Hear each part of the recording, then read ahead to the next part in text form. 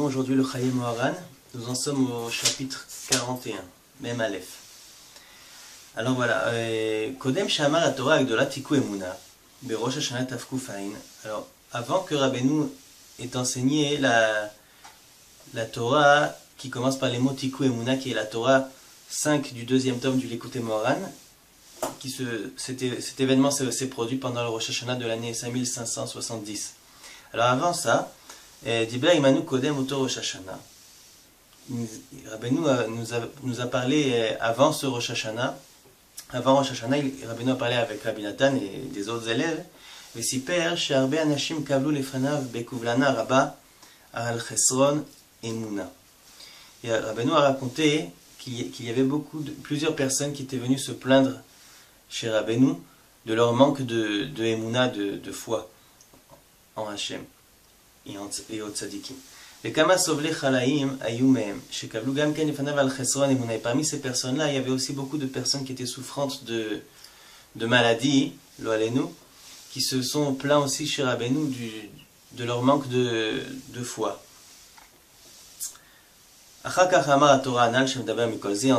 durant Rosh Hashanah, Rabbeinu a dévoilé cette Torah 5 du Likutei Moharan qui parle de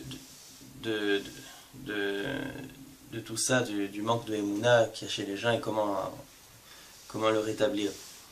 Gam Kodem Rosh Hashanah Anal, Be'et HaChazara Ma'atiul, היה משיח עמנו מעניין המגיני ארץ, שקרא אותנו הזקן הידוע וכו'.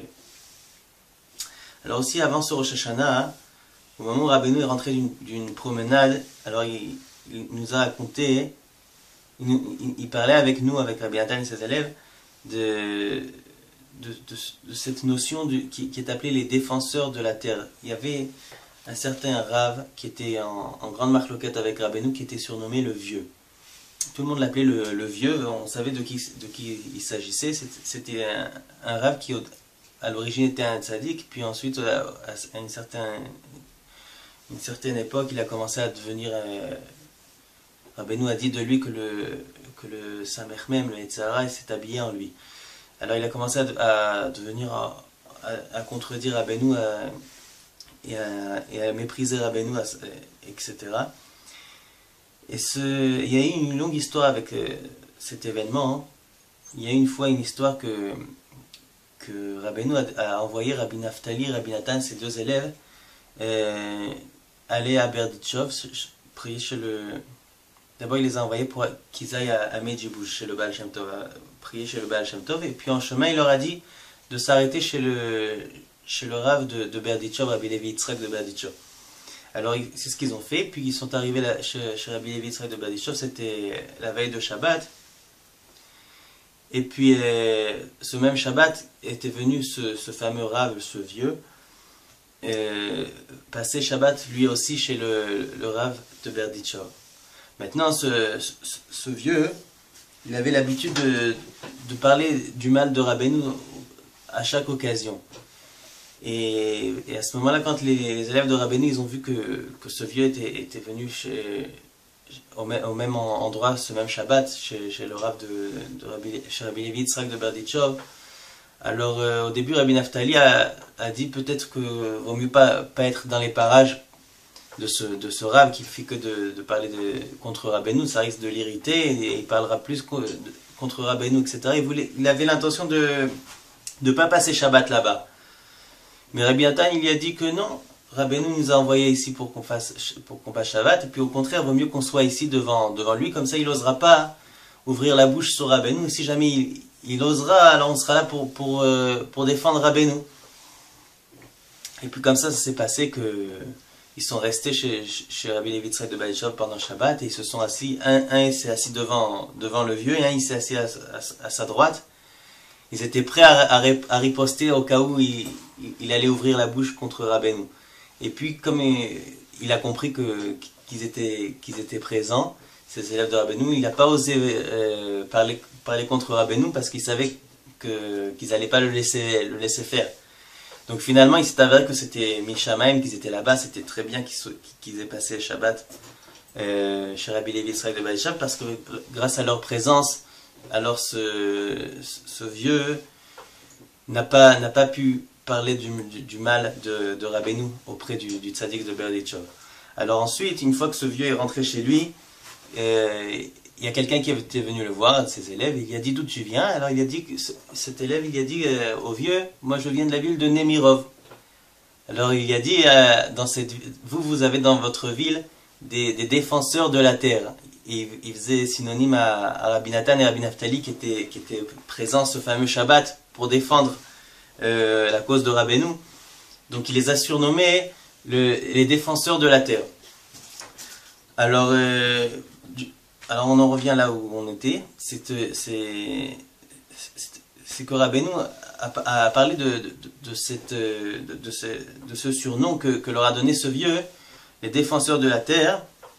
Et ce surnom-là est mentionné aussi dans cette fameuse Torah la Torah 5 du Likutei Moharan Tinyana. Rabbeinu mentionne aussi les Maginei Eretz qui sont là, ces défenseurs de la terre qui sont là pour protéger le peuple des Rechaim.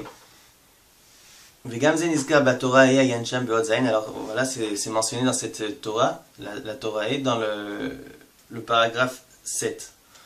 Et alors Rabbi Nathan raconte qu'il a vu à ce moment-là les merveilles de Dieu, que je suis encore loin de les percevoir, ne serait-ce qu'un petit peu. Parce que Rabbi Nathan a compris comment tout était allusionné, tout était inclus dans la Torah du Tzaddik, tous les événements qui se sont passés et même qui vont se passer. Aussi, pendant Rosh Hashanah, avant que Rabbeinu ait dévoilé cette Torah, Alach Lomar Tashlich. Alors Rabbeinu est parti faire Tashlich, faire la prière de Tashlich qu'on a l'habitude de dire pendant Rosh Hashanah. Venafal ala Refesh. Et au moment où Rabbeinu est parti faire Tashlich à côté du fleuve, probablement, il y avait de la boue et Rabbeinu est tombé dans cette boue. Et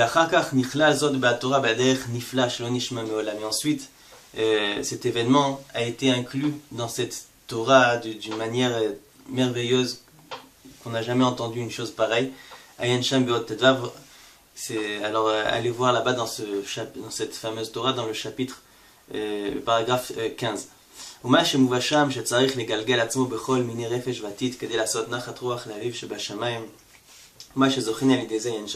Là-bas, dans cette Torah, dans ce paragraphe 15, Rabbeinu parle du fait qu'il faut des fois se rouer dans la boue et dans l'argile pour faire une satisfaction à Hashem Yitbarach.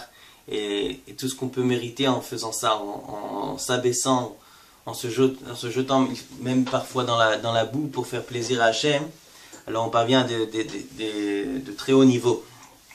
Alors dans ce paragraphe, Rabbeinu mentionne le fait qu'il est tombé lui-même dans la boue, qui faisait allusion aussi au fait que Rabbeinu il s'abaissait beaucoup pour faire un petit peu de satisfaction à Hashem. Il a parvenu même à tomber dans la boue.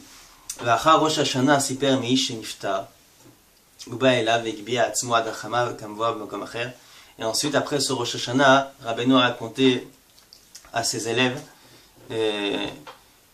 une histoire d'un rêve qu'il avait rêvé d'une personne qui était attachée à Rabbeinu, qui était décédée, et que cette personne ne savait pas elle-même qu'elle était décédée, et elle avait l'impression qu'elle était encore vivante. C'est une très longue histoire qui est mentionnée plus loin dans le Chayei Moharan, dans le chapitre 101, qu'on verra plus tard.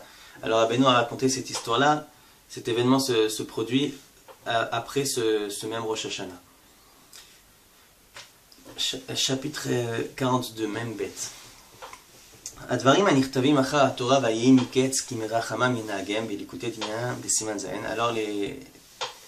les choses qui sont écrites après la Torah, c'est la Torah 7 du deuxième tome du Likutei Moharan. Après cette Torah, alors il y a un passage qui parle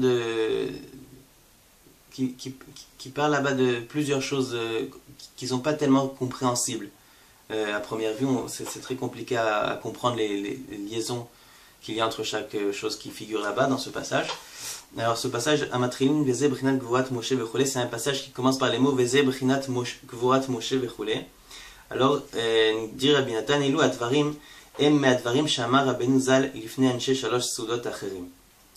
Ces choses-là font partie des divrei Torah que Rabbeinu a dévoilés devant les personnes qui étaient présentes devant lui pendant la Seuda Shlishit, mais pas les personnes, les humains qui étaient présents au moment de la Seuda Shlishit devant lui.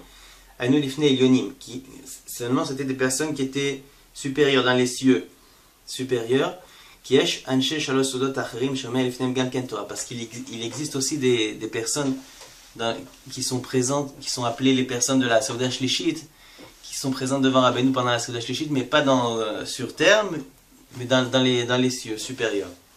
Et devant eux, Rabbeinu dit aussi une Torah. Mouvan midvarav shebasha'a shomar lefanen Torah, omdim sham mishe omdim.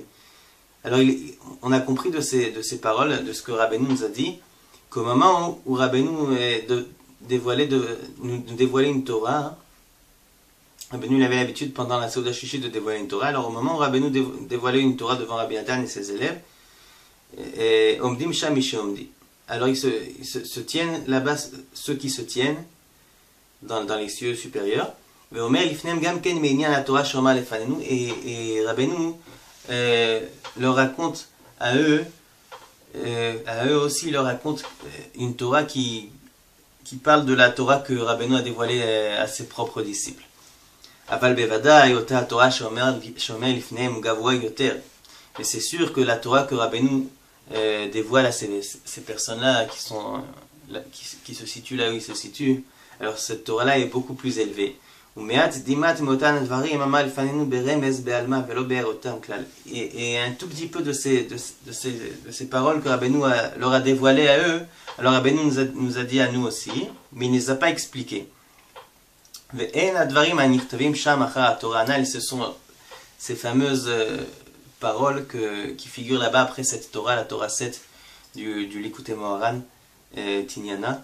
Alors c'est pour ça qu'elles sont très difficiles à comprendre, parce que c'est des divrei Torah que Rabbeinu a dévoilés et à des personnes qui étaient beaucoup plus élevées, qui étaient dans les cieux supérieurs, sinon. Et voilà, qui était en rapport avec la Torah que Rabbeinu avait dévoilée à ses élèves, mais c'était une Torah qui était encore beaucoup plus haute. Voilà, la suite la prochaine fois si Dieu veut. Besorot Tov.